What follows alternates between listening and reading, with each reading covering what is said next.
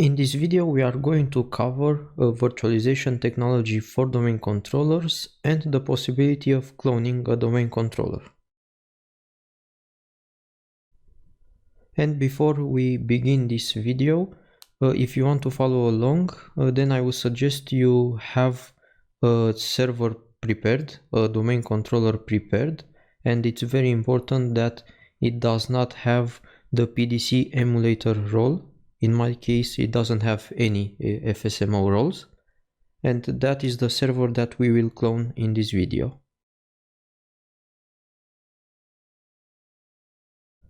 So let's talk about the possibility of using virtual domain controllers and them being fully supported. This possibility came starting with Windows Server 2012, when they made a couple of changes to the Hyper-V platform in order to accommodate virtual domain controllers. And these changes actually mean adding a software driver in the Hyper-V platform that is exposed in the virtual machine through its BIOS that generates a unique ID. And that unique ID is the key for virtual domain controllers because it's also kept in Active Directory for each domain controller, and it changes when an operation like cloning or reverting a snapshot is done. So then, if this ID that is in Active Directory is different than the one that it's exposed through the BIOS on the virtual machine, an operation has occurred that may be cloning or reverting a snapshot and so on. So let's see how we can check what is the current ID for a virtual machine and how do we actually get it. So first I'm going to use this command to show you the hardware, the emulated hardware device that brings us this ID in our virtual machines. And if you look at the output here, you will see that this device is called Microsoft Hyper-V Generation Counter. So this is responsible for giving you the information about your machine's VM ID. Now if we actually want to get the value, we can get it from Active Directory. And there it is. And also each domain controller keeps this value locally on its copy of the database for Active Directory, meaning that from this domain controller I could not get the ID for another domain controller. And let's try, for example, for DC02, since I'm logged on to DC01. And we will not get anything back because DC02 has its own ID locally to it. Now back to the slides. Since virtualization is now an option, this brings the possibility of being able to clone domain controllers. This means that if you have 3 domain controllers and you don't want to install new servers to promote them, you can take one of them, clone it 10 times, and magically you have 10 new domain controllers. Let's see. So what do you need to do to accomplish this? The first thing is that the server that you will clone has to be added to the clonable domain controllers group. If it's not in this group, the clone operation will fail. Then another important thing is that not all software, programs or services are supported to be cloned. So when you will clone it, you first have to check if you have unsupported services, and you can do here 2 things. Either remove them or add them to an exception list, basically a list that will ignore them. It will clone the domain controller even with supposedly unsupported software. So if you need to, you have to generate this file. It's only a command. We will see when we get to the code. After you run the PowerShell scripts to generate your exclusion and your settings files for cloning, you just stop the reference VM and clone it. Or if you don't want to clone it, you can just copy the hard disk and create a new machine. It's the same thing. The hard disk is important. Then when you have your new machine, you can just power it on and the process will begin. And you can power on also the reference machine. And what's very interesting to me is that domain controller cloning combines some cool technologies. Besides the virtual domain controller possibility, it also uses IFM, installed from media. Because since your hard disk already has the Active Directory database and sysvol folder, it will use those as an IFM and just replicate the small amount of information that has changed since you copied the hard disk.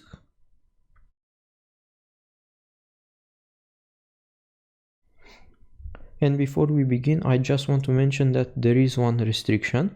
You cannot clone a domain controller that is a PDC emulator. And the PDC emulator in your environment has to be at least Windows Server 2012. So let's go through the steps of cloning a domain controller.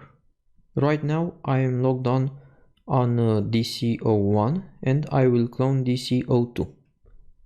And in order to clone it, the first thing we need to do is add it to the clonable domain controllers group.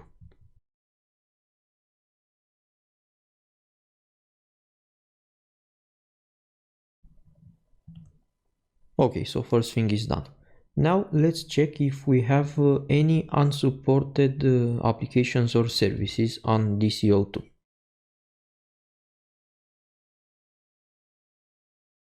So I logged on with PowerShell remoting and I'm gonna use this command to show me if I have anything that is not supported for cloning.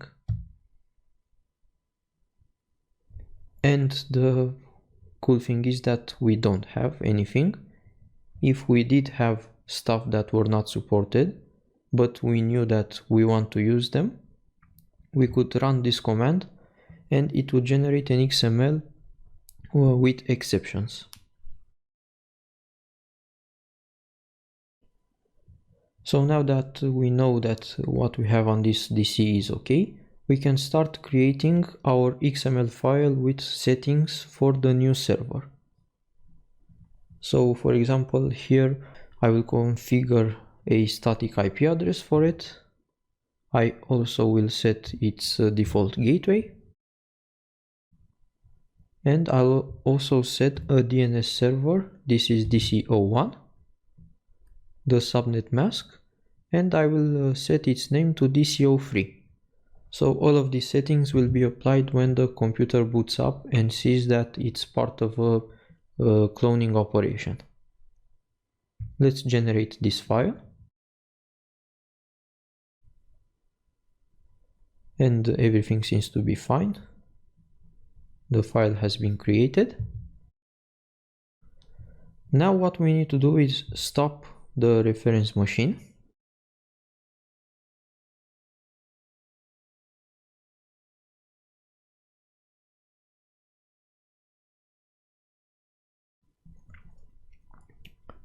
And let's go to our Hyper-V host and continue. On my Hyper-V host, we can see that DC02 is stopped.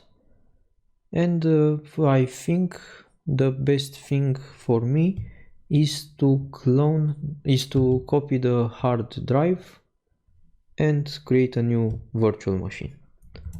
So I'll copy it in the same place.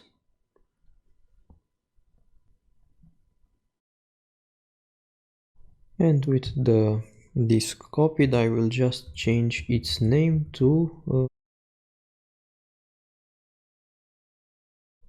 now that we have our disk, we can create the virtual machine. So new virtual machine. Let's set its name.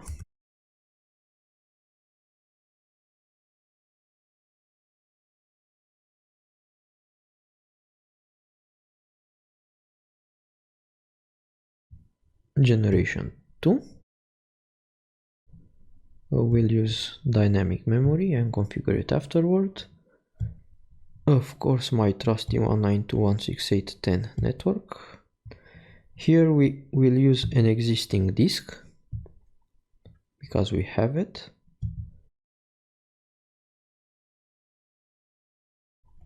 And the machine is being created and it's done. Let's also modify a couple of stuff. In memory, I'm fine with a maximum of 248, and I want 2 virtual processors. I want also the guest services enabled, and for start action nothing, for stop action shut down virtual machine. Now everything is correct.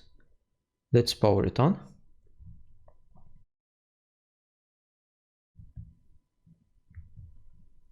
And we should see that once it's powered on, after it boots, it will find that it is part of a cloning operation and will start doing the cloning procedure. And what this means is that this machine boots up, and the first thing it does is checks Active Directory for its VM gen ID and sees that it's different from the one that it has from BIOS. Because of this, it will not boot up normally, and also since it found the XML file with the cloning settings, it will discover that it's part of a cloning operation and begin the process. And you see domain controller cloning is at 21%. It will continue to do this for a couple of minutes. After that it will restart. So I estimate that maybe in maximum 10 minutes we will have our new domain controller ready. In the meantime, we can also power DCO2 back up again. And I will see you when the DCO3 DC is fully cloned and ready to go. Guys, the domain controller is up and running, so it finished the cloning process. And let's go to DCO2 and continue, because we have one more thing to do. We have to remove DCO2 from the clonable domain controllers group, and we also have to remove DCO3. This is because DCO3 is added during the cloning process. So first let's remove DCO2 and let's remove DCO3,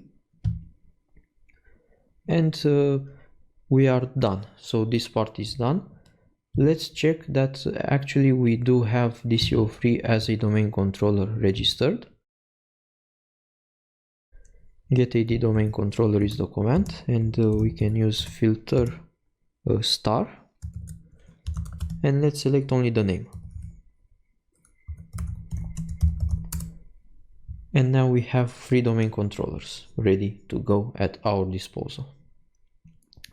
So this was the video about cloning domain controllers. You see that it's very easy, and with some PowerShell scripting you could easily transform this into a domain controller factory by generating a VHDX, then copying and renaming it 10 times, using PowerShell to modify the XML in each VHDX, and then creating 10 virtual machines and power them on.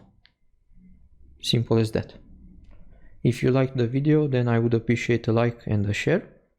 Please consider subscribing if you're not subscribed, and ring the bell, and I'll see you in the next video.